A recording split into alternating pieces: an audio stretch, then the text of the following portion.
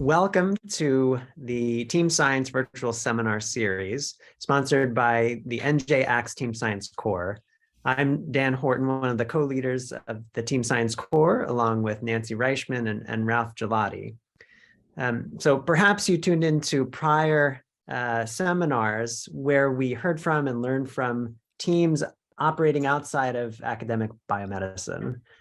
So we have revamped the seminar series, now turning inward to learn from transdisciplinary research teams from within the NJ-ACTS Consortium to learn about how complex biomedical research teams form, operate, and achieve success.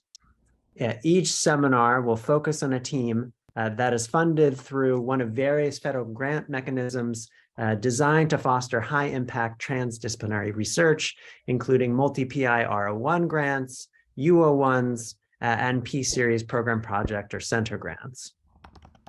The team leaders and members presenting will provide a high-level overview of their projects and then be asked to comment on several aspects of team-based research, including the advantages and challenges of interdisciplinary team research, the important competencies for leading effective research teams, and useful strategies for fostering effective collaboration. So to introduce today's featured speakers, I'll turn it over to Ralph. Thank you so much, Dan. Dan already introduced or mentioned Nancy's name, Dr. Nancy Reichman, who's professor of the Department of Pediatrics at Rutgers University Robert Wood Johnson Medical School and a co-lead of our Team Science Core. And we're really thrilled to welcome Nancy and her three colleagues, who I'll introduce in a moment, to present today's session on Fragile Families Third Generation, an intergenerational U.S. birth cohort study. And we're joined with Dr. Julien Teitler, who serves as a professor of social work and sociology at the Columbia University School of Social Work, Dr. Daniel Notterman, professor of the practice for molecular biology and senior advisor to the provost for biomedical affairs at Princeton University, and Dr. Coulter Mitchell, faculty associate in Population Studies Center and research associate professor at the University of Michigan. So thank you all for joining us today, and we're going to hand it over to your team for the presentation. So thank you, Ralph, and thank you, Dan. And yes, we are, Julien, Dan, Coulter, and I are the team leaders for the Fragile Families Third Generation study. So it all started in the mid-1990s with the Fragile Families and Child Wellbeing Study, which was and still is a Princeton and Columbia University collaboration. Before I even talk about the study, my husband said, "What are fragile families?" So I'll get this out of the way. Fragile families are unmarried parents and their children who are at disproportionately high risk for relationship instability, poverty, hardship, and poor health. And it's kind of an old-fashioned name. It started with a Ford Foundation initiative called Strengthening Fragile Families, and all the projects that got funded from that initiative had fragile in the title. Okay. So just a quick overview of this study. It is following a cohort of just about 5,000 children in 20 large US cities that were born in 1998 to 2000. By design, 3/4 of these children were born to unmarried parents. Postpartum interviews were conducted with both parents, mothers and fathers, in 75 hospitals in the 20 large US cities. Follow-up interviews were conducted when the child was 1, 3, 5, 9, 15, and currently age 22. At some of those interview waves, in-home observations and child assessments were conducted, and there's all kinds of other pieces of data collection, and I'll give you a sense of some of those pieces. When sample weights are applied, the data are representative of births in large US cities or cities with 200,000 or more people in 1998, roughly. And the studies had very high response rates because the longitudinal study is only as good as its response rates. So just to give you one example, 85% of the children who were born at the turn of the millennium were followed up 5 years later. Okay, so the motivation for the study, Sarah McClanahan at Princeton and Irv Garfinkel at Columbia were the original PIs. And at the time, 1/3 of births in the United States were to unmarried parents. And the proportions were even higher in poor and minority populations. At the time, the proportions were 40% for Hispanics and 70% for African Americans. I just looked it up, and 40.5% of all births in the United States in 2020 were to unmarried parents. So it's gone up. The purpose of the study was to look at this population. Nobody knew anything about this very sizable population, particularly the fathers. So the purpose of the study was to study the capabilities and the circumstances of these families, to put them under a microscope. What are their lives like? The nature and trajectories of the parental relationships, and how the children have fared.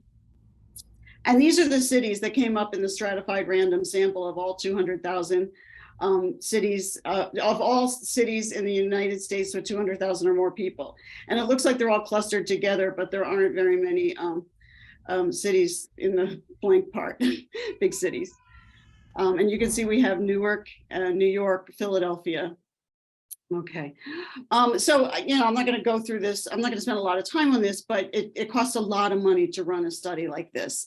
And there's a huge consortium of funders, including NICHD, NSF, and a big consortium of foundations. And so what did they collect? What kind of data did they collect? Well, I could talk about that for hours, but basically all kinds of demographic data: race, ethnicity, the ages of the parents, how many kids they have, their education, where they were born. There's a lot of immigrants in the study, actually. A big piece of it was relationship status of the parents. We know by design 25% were married, but of the others, were they cohabiting? Were they living together at the time of the birth? Were they romantically involved but not living together? Did they have no relationship? We were interested in whether they have other children together, children with other partners, their living arrangements when they were a child. There were a lot of questions about, not enough to satisfy Dan, but about physical health, mental health, substance use, health insurance, human capital stuff, education, vocational training, military, incarceration, a lot of incarceration in the sample. A lot of the fathers in particular had been incarcerated at some point. Income, employment, a lot of material hardship questions, adverse experiences, program participation, child support. It covers a lot, new partners, and a lot about child health and development, and way more than that. Okay, I like this slide. It's out of date, but it shows you kind of like how this study has grown. So at birth, we had the core mother survey. The mothers were interviewed, and then the fathers were interviewed. And Julien and I actually got a grant to collect medical records data from the birth hospitalization, because the surveys didn't have enough information about maternal and child health to make me happy. Okay, and then so at age 1, the parents were followed, and then it's growing. By age 3, there was a primary caregiver survey because some of the kids didn't live with the mothers. There were in-home child assessments at these waves. There were children's surveys at age 9 and 15. There were child care provider surveys, and then teacher surveys. They actually interviewed the teachers of these children.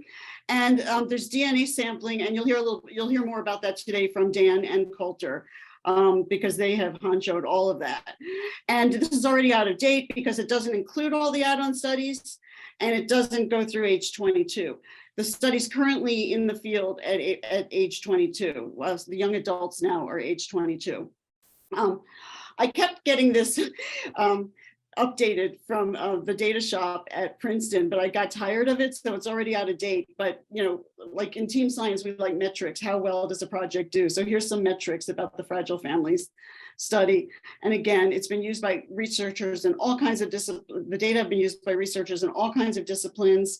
Lots of dissertations, which is particularly important for training the next generation. Lots of funding, lots of expanding list of collaborative studies, congressional testimonies, and the data are publicly available at that website.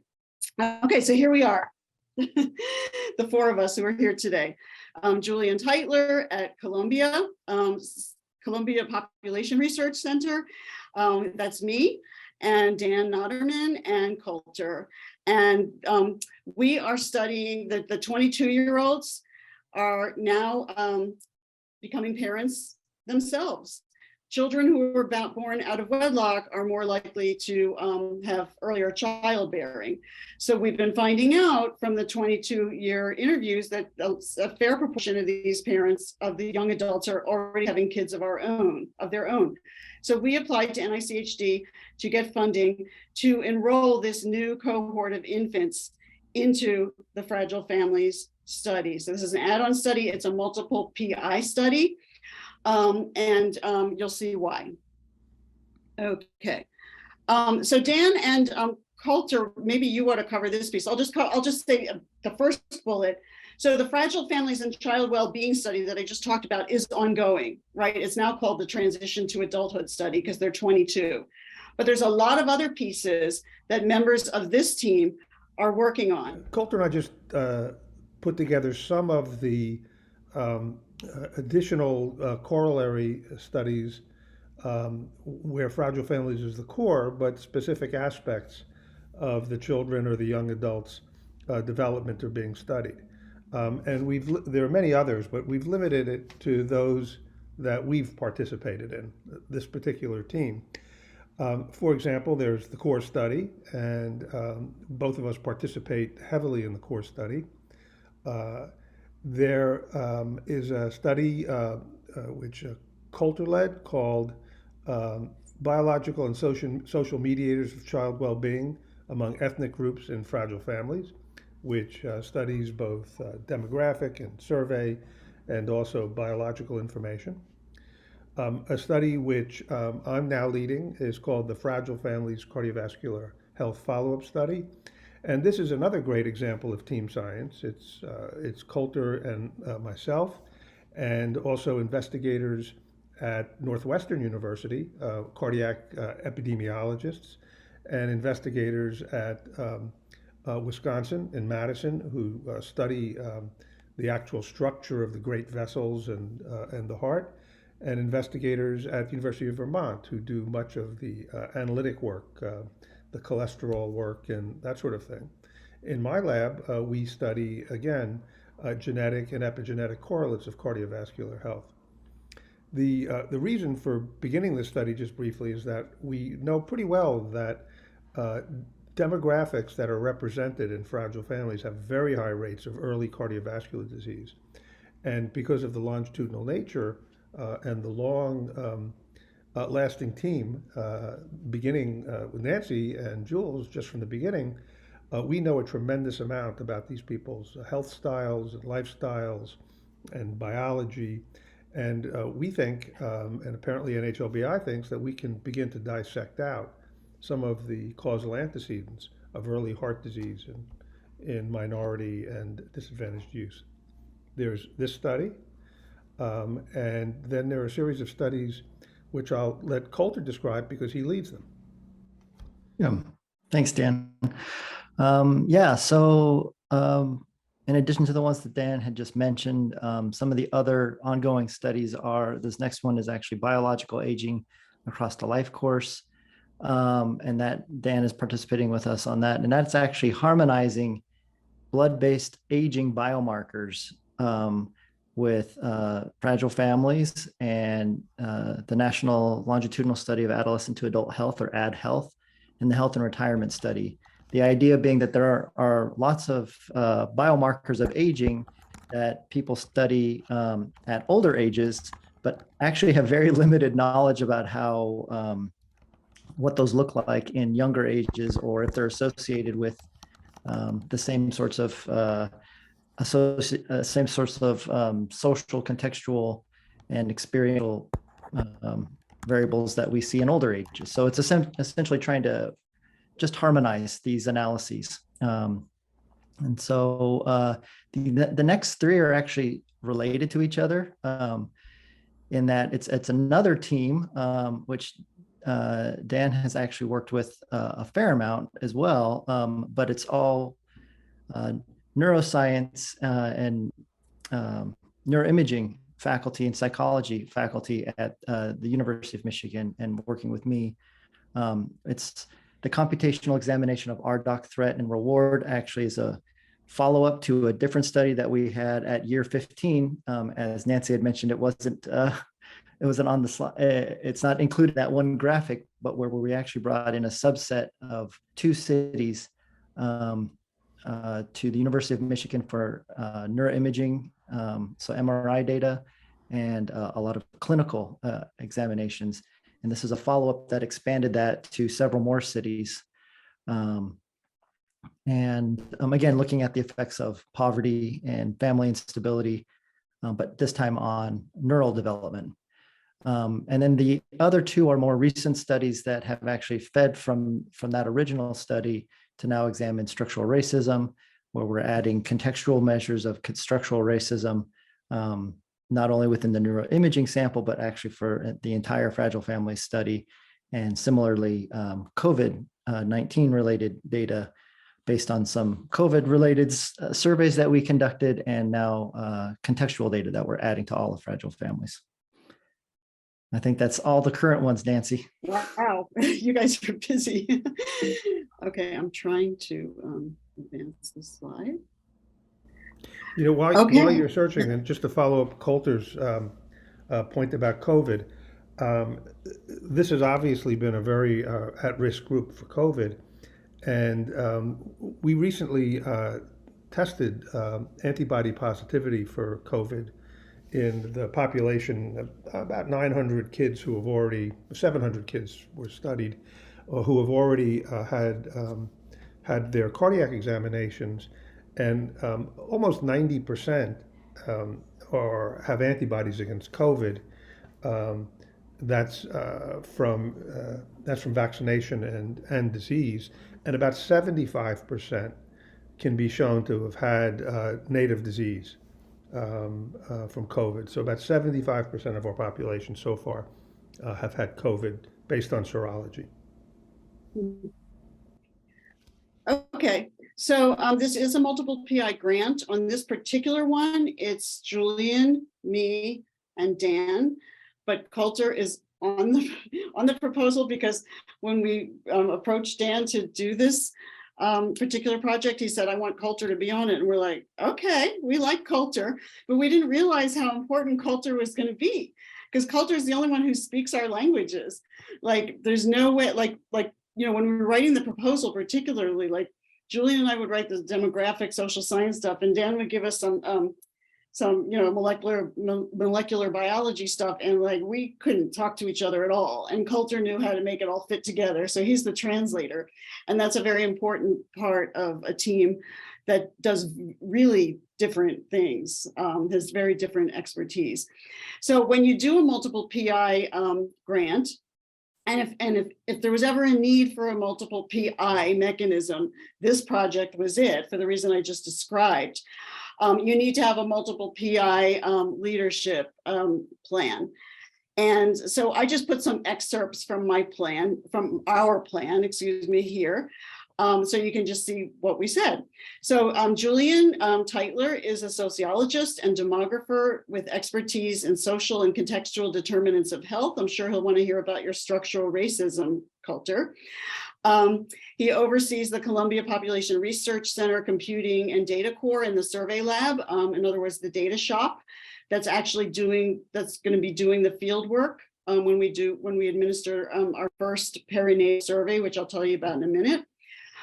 Just briefly, I'm a health economist with an expertise in maternal and child health, and I will take the lead on I am taking the lead on the development of the survey instrument. What are we asking the new parents about these new babies? And I can take a look at the data as they come in. Do they make any sense? You know, do no mothers have prenatal hypertension? That doesn't work. Things like that. Dan Notterman's a pediatrician. He was my chair at Robert Wood Johnson Medical School. He hired me in 2003 before he left us and went to Princeton. He's a pediatrician and molecular biologist who directs an NIH-funded laboratory at Princeton that has served as the biology resource for the Fragile Families and Child Wellbeing Study, and will process and code the biosamples for this project. And so we said Teitler, Reichman, and Notterman will be jointly responsible for coordinating the implementation of the protocol across sites. oversight of the budget, adherence to human subjects protections. We do have monthly cross-site team meetings and communicate as issues arise. Our teams have teams, so there's meetings, that we're not all at, but we do this monthly where we're all there. We make decisions by consensus. It's nice that there's 3 of us, but we've never disagreed yet. And in the unlikely event that we don't agree about decisions related to the project, we will defer to Jane Waldfogel, who is the PI of the overall, who is now the PI of the overall Fragile Families and Child Wellbeing Study. So that's just an example of an excerpt of what a multiple PI leadership plan looks like. So what are we doing in this Fragile Families 3rd generation study? So we're collecting data on the 3rd generation. These kids are having kids. We're developing and administering a perinatal survey. It's a very complex survey. Families are very complicated. We want to be inclusive of different types of families, using the correct language. It's been crazy. We're enrolling all of the generation 3 children born to or adopted by the Fragile Families, the original Fragile Families children, through 2027, which is the end of our grant. We hope to extend that and keep enrolling their children.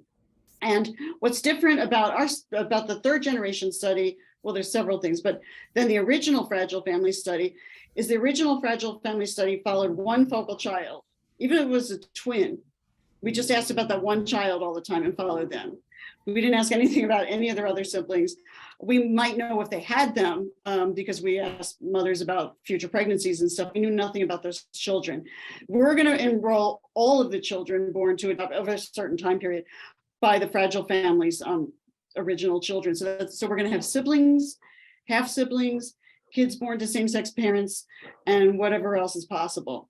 And we're collecting saliva DNA samples from these babies and their parents who are not already part of the Fragile Family study. Remember, the Fragile Families original children, half of them were male, half of them were female.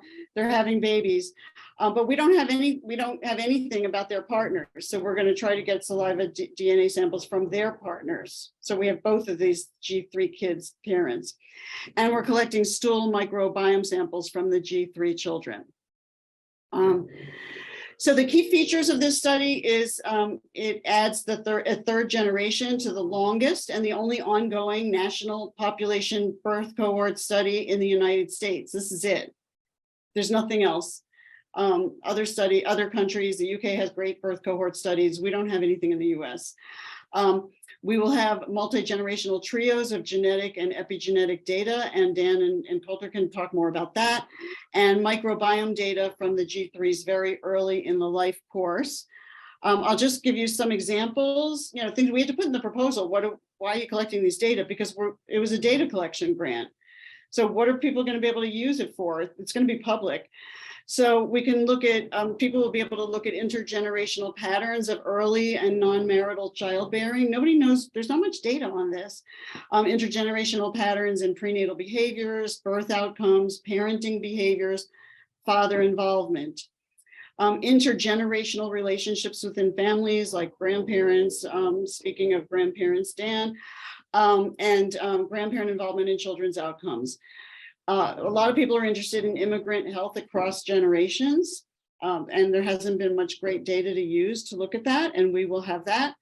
And then Dan and Coulter told us people will be able to look at gene environment interactions and how they shape child development, how parents' genes influence how they nurture their children, and determinants, consequences, and interactive effects of microbiome. Is there anything else you want to say about this, Dan and Coulter?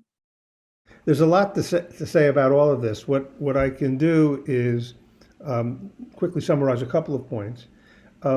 Even with the core study, we've been able to demonstrate repeatedly that different genotypes, different genetic forms, interact with the environment to produce different results in children. This is a much more sophisticated approach, I think, than simply attributing differences between people to differences in their genes. What gene environment interaction studies can show us is that the same environment may lead to a different life course in people who have different genetic endowments, but that different environments may remove the difference that's in life course that seems to be genetically influenced. And so it's a much more rich and well-textured and I think realistic way to look at how genetics affects behavior.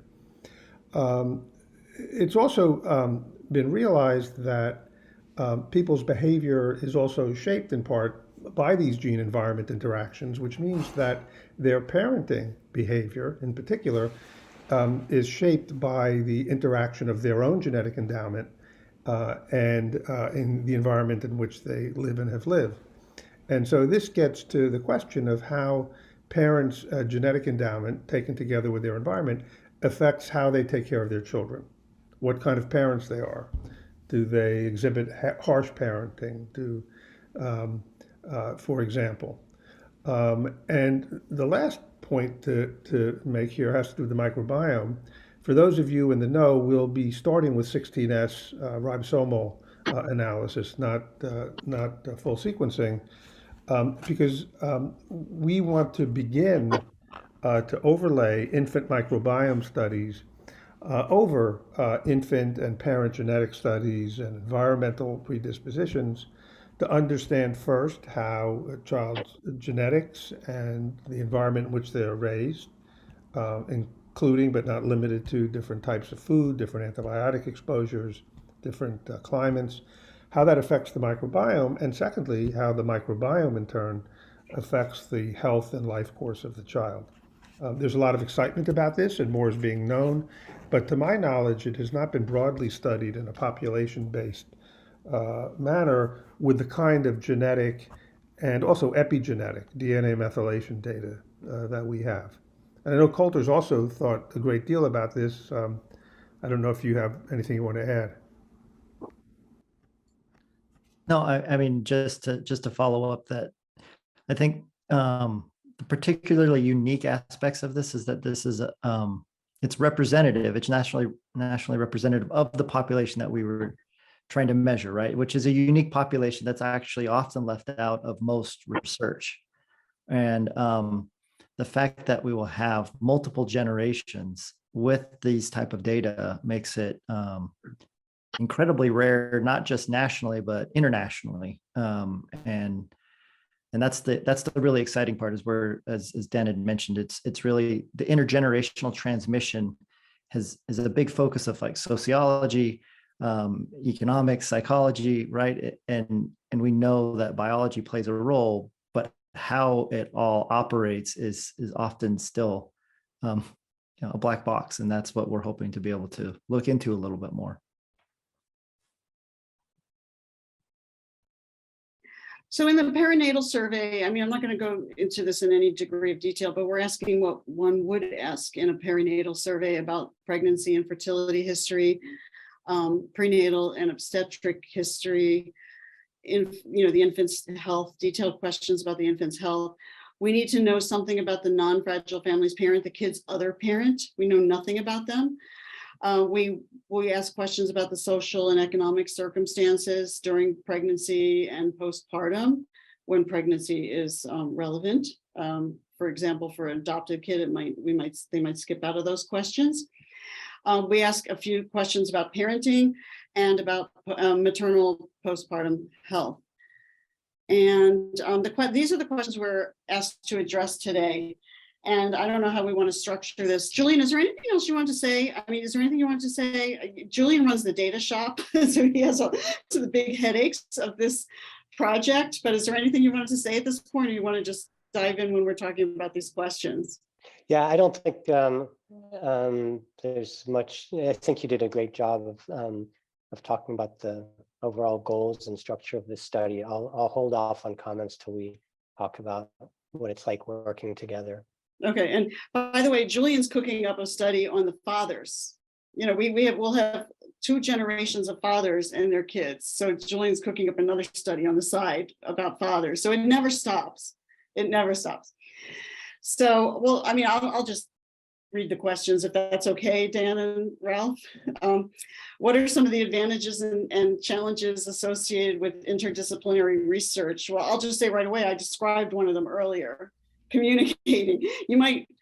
We know each other really well. We've all known each other for decades probably, and we get along very well. We can communicate about most things, but when it comes to the subject matter, sometimes it's a little difficult. So that's one of the challenges, and everybody needs a culture. And I'm mentoring a K award for somebody who wants to be a culture. She's like me, she studies maternal and child health, and she wants to learn genetics. So because in order to be able to lead this kind of research team, you really have to know something about genetics, even if you're not a molecular biologist. It helps. Anybody else want to say anything about this? Well, just you reminded me that my introduction to Coulter started during his own training at Princeton, and Coulter came to Princeton to work with Sarah McClanahan, and by that time I was working with the genetics, and it very quickly became clear that Coulter had particular insights about genetics and particular interest in studying these interactions, and so he spent time working in my lab, learning the lingo and understanding how we process samples and how we think about them.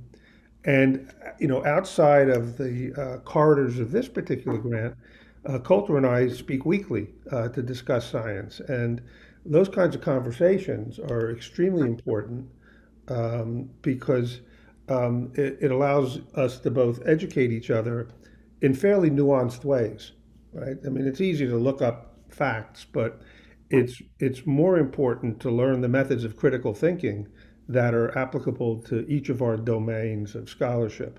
And these kinds of conversations, the ones Coulter and I had all the time when he was at Princeton and have continued to have, are really, I think, essential for this kind of work to progress. And Dan got pulled into the Fragile Family Study because when the Fragile Family Study started, nobody collected biomarkers. But then, time marched on and things changed.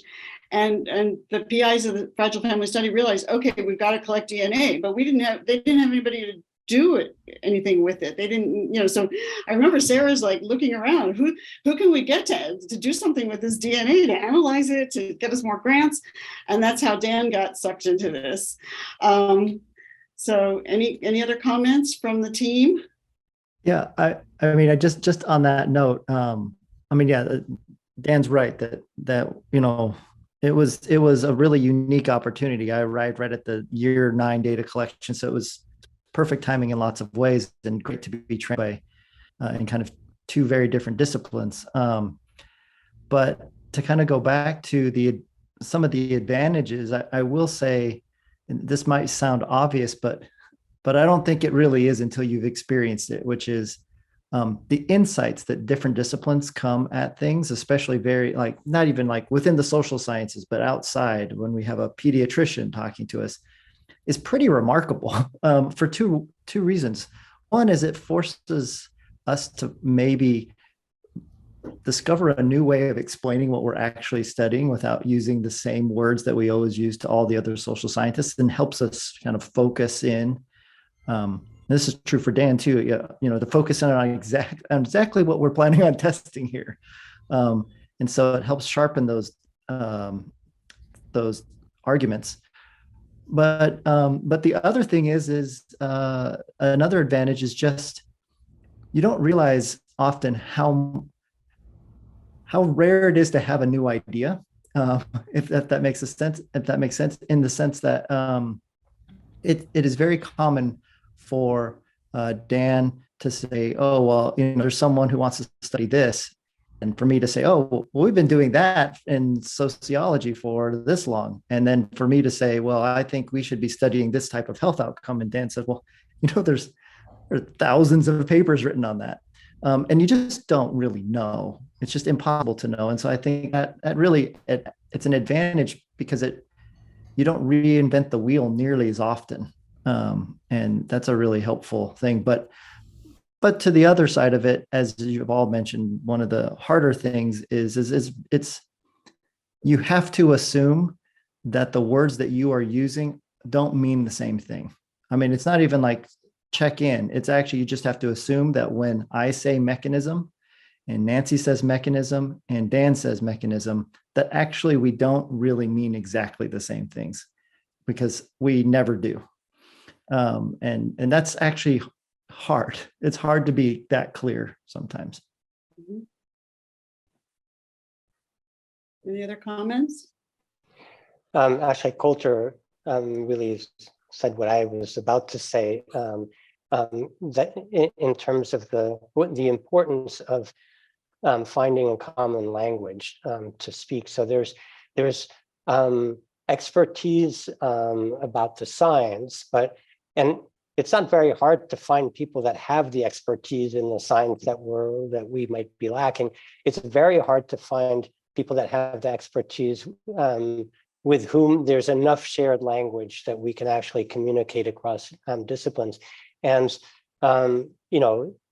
it's not just between geneticists and sociologists, it's also between sociologists and economists. Nancy and I, it took us a while to realize that certain terms meant something very different in economics and in sociology. And for that reason, I think, that's a huge challenge that takes a while to overcome. And I think what it relates to is the importance of these collaborations lasting a long time. That is, it's not overnight that we're going to learn each other's ways of thinking and language and vocabulary and what those mean, and figure out how to work well together efficiently. These things can take months, years to develop. And one of the reasons I think this team is so effective is that we've been collaborating for a long time. Nancy and I started working on this project in the late 1990s, when 1997, I think 1998, and with Coulter and Dan for less time, but still a considerable amount of time. And so anyway, it was just to underscore what Coulter was saying about shared language and understanding and meanings, and the fact that this doesn't happen overnight.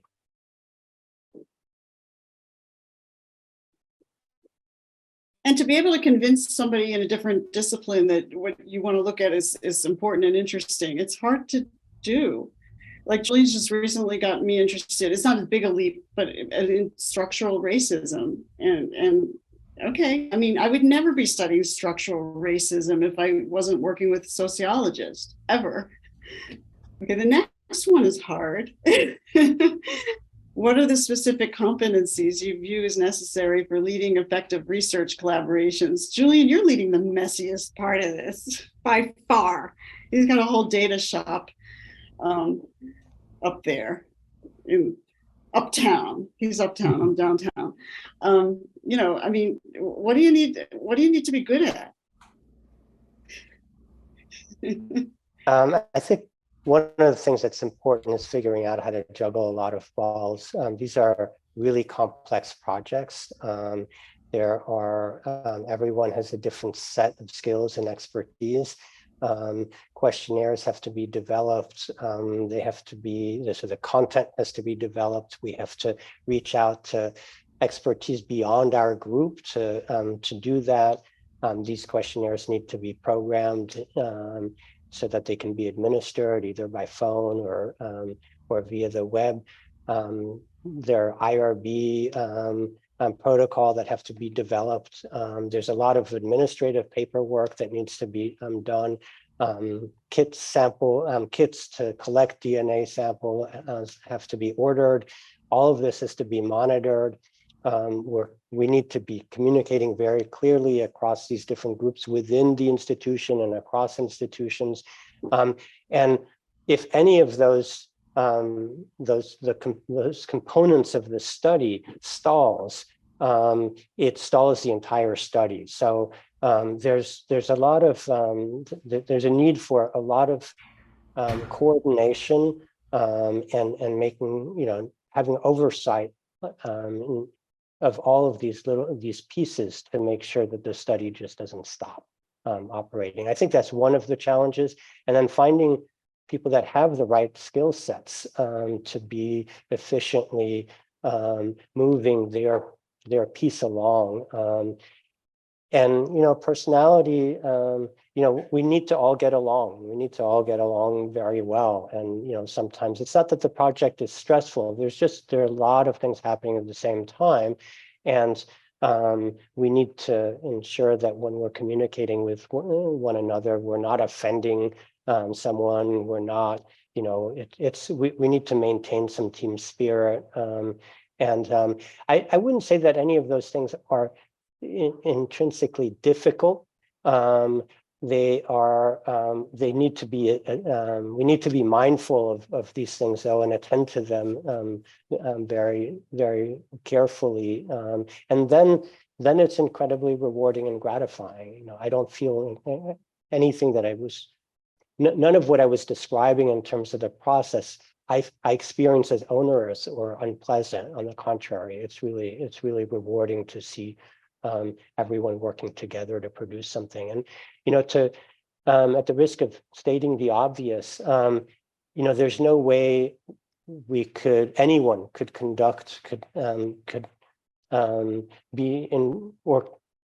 manage a project like this without a large interdisciplinary team.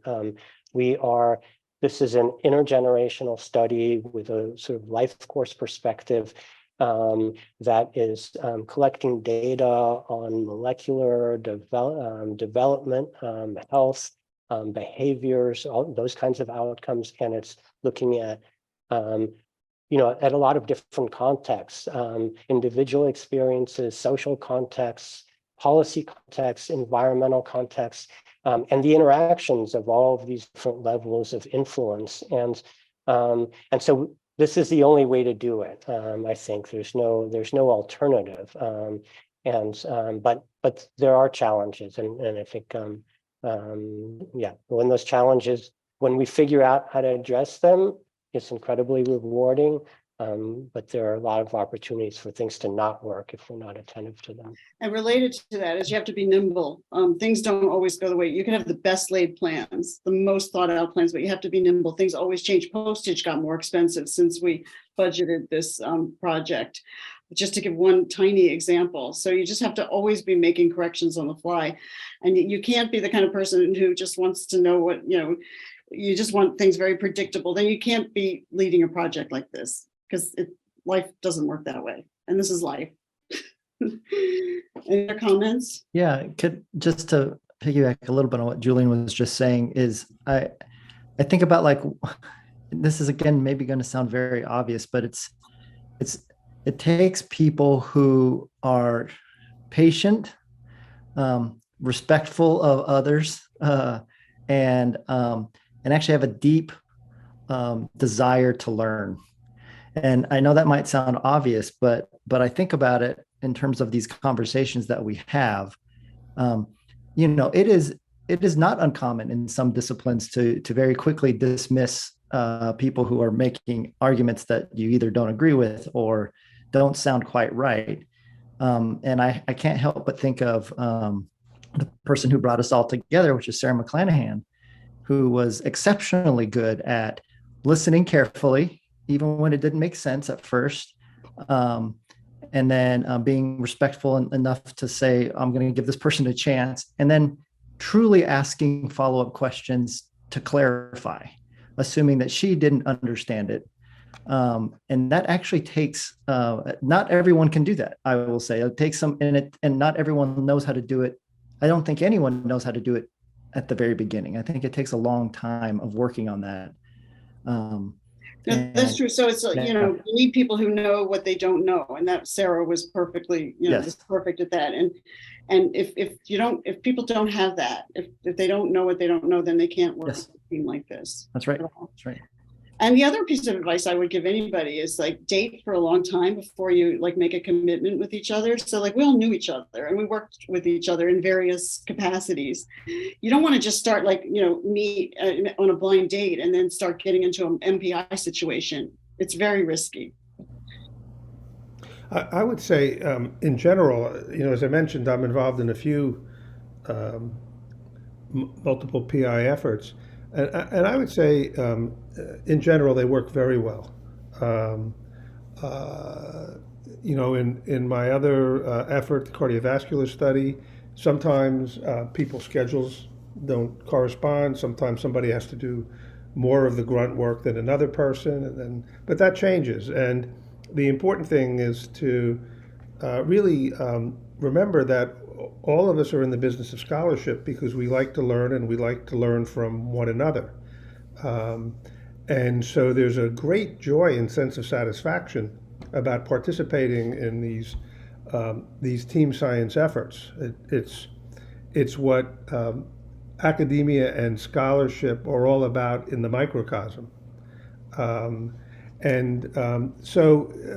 at a certain point in your life, you become mature enough and sensible enough to realize that people's commitments to other things fluctuate. Their ability to focus on the task at hand fluctuates, and we all have to be willing to pick up the slack in the harness when it's our turn to do it, for the good of the project, and because it's obviously fun to do this and fun to work together, or we wouldn't do it so often. It's characteristic of the whole Fragile Families family.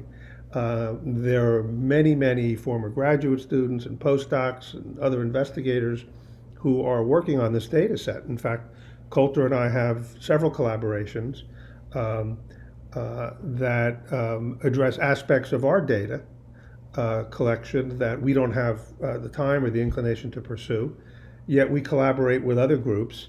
And so team science is not a series of islands of teams.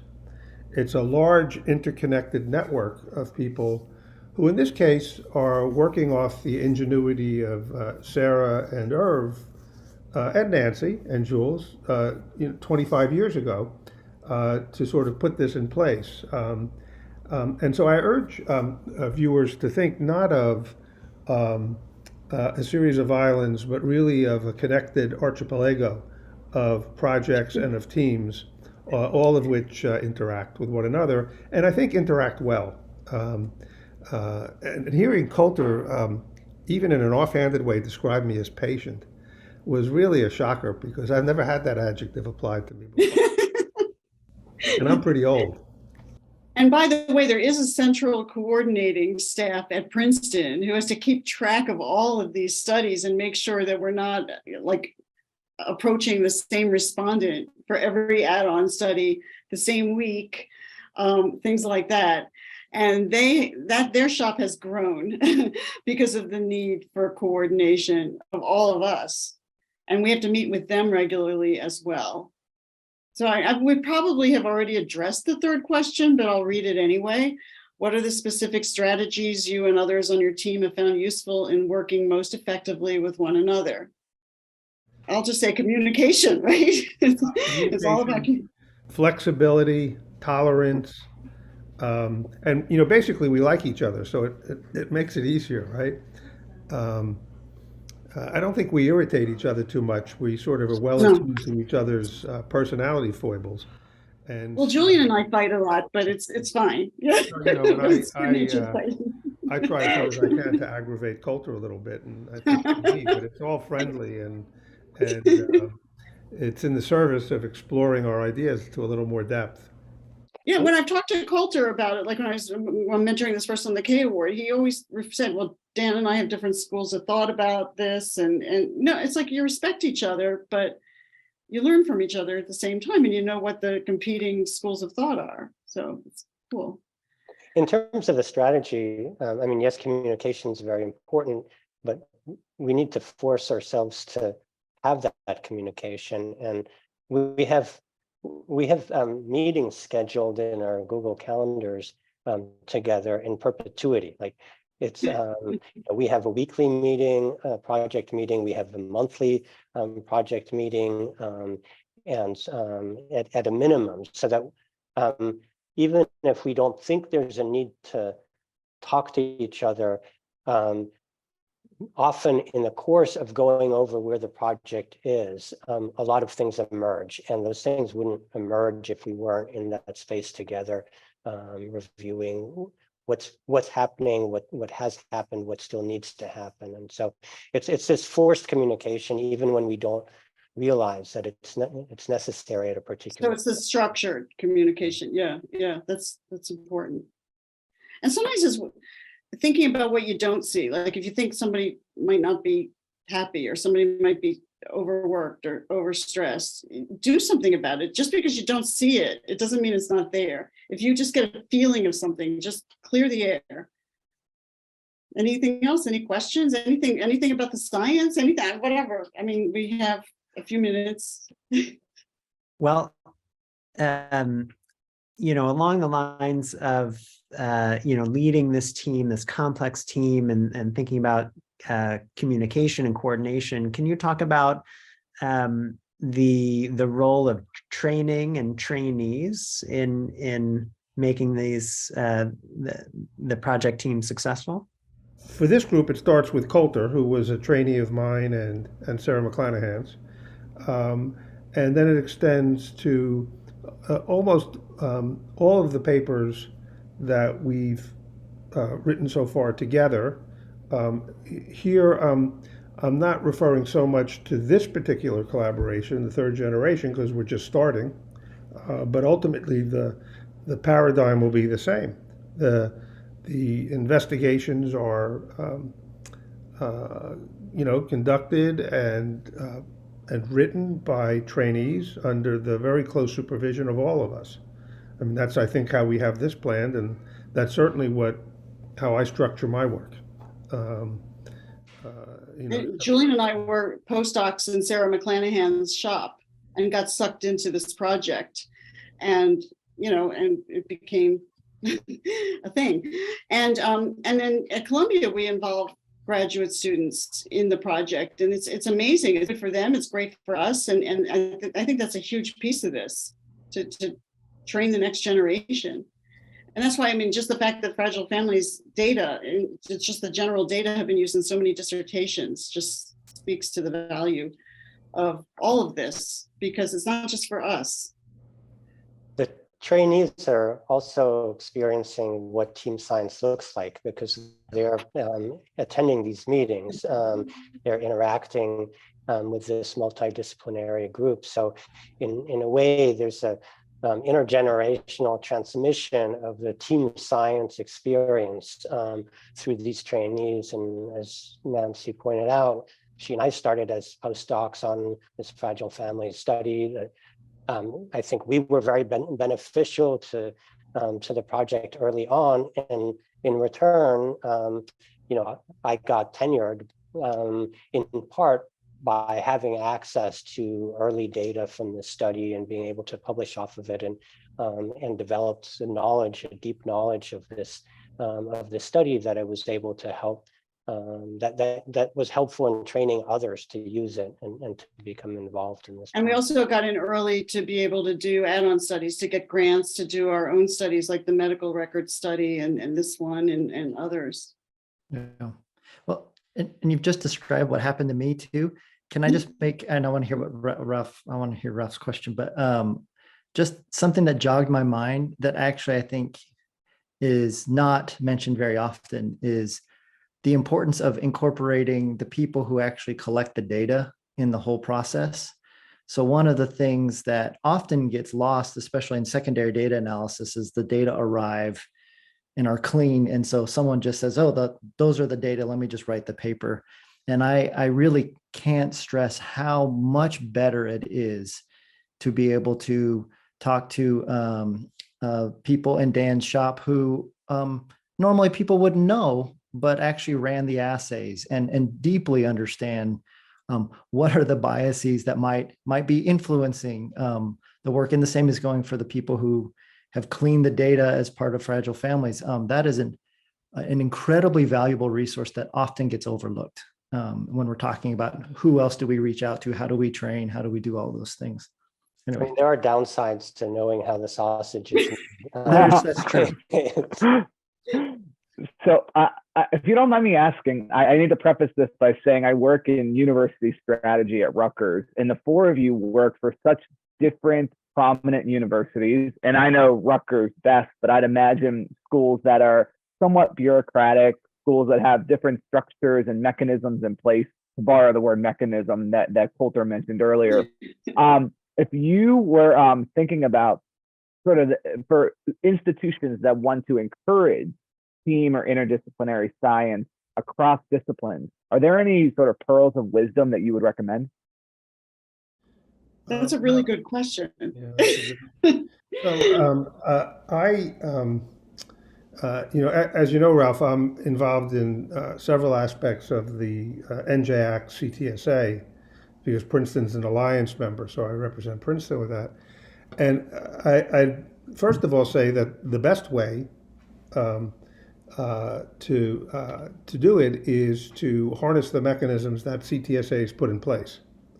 Now, it's certainly true that this collaboration and others around fragile families were brought to fruition without reference to CTSAs initially, but the shared resources, the shared IRB, the kinds of expanding conversations that we're having, including this one, are really due to, I think, to the wisdom of bringing clinical and translational science as a structure that allows one to bridge universities like Princeton, which has no tradition of translational research really, and Rutgers, which has a medical school and schools of public health, so clearly has a tradition of this kind of research.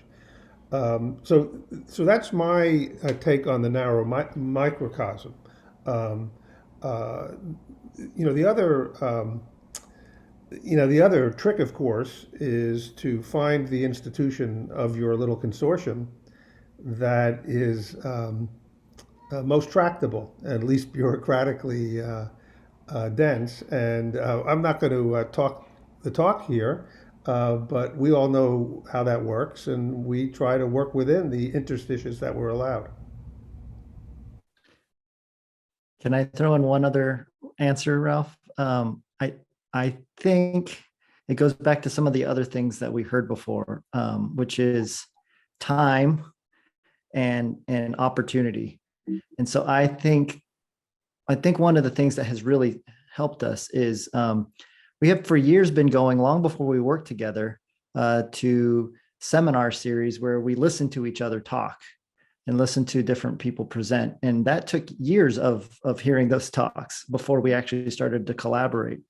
And so it takes literally having people in the same room or virtual room in this case, but not just once, not just saying, hey, come and listen to one person give a talk. It's like an agreement of, for the next year or 2 years, I'm going to go to this set of seminar series regularly and hear the same person speak a couple times and see what I can learn from it. And it really takes time. Okay, Dan, I guess it's time to wrap it up. Yeah, absolutely. Well, I really just wanted to thank you all for sharing your experiences and insights with us today. We heard about the importance of well-established relationships, effective and structured communication across disciplines, respectful collaboration, importance of careful and active listening, flexibility, and many other valuable pearls. So, thank you, Nancy, Coulter, Dan, and Julien. It's really no wonder you've been so successful and effective as a team. I will just let the viewers know that in December, we're going to highlight another transdisciplinary team from the NJAX Consortium, one that I've had the distinct pleasure to be part of. The team that's run the Rutgers Corona Cohort study and various other related research projects. I also just let folks know that the Team Science Corps does offer a consultation service. So if you have questions about how to form and organize a research team, questions about team dynamics and performance, leadership, or just resources useful for collaborative and team-based research, please visit the NJAC's website and you can request a consultation there. So thank you so much for your attention, and thank you again to our guest speakers. Thank you all. Thank you.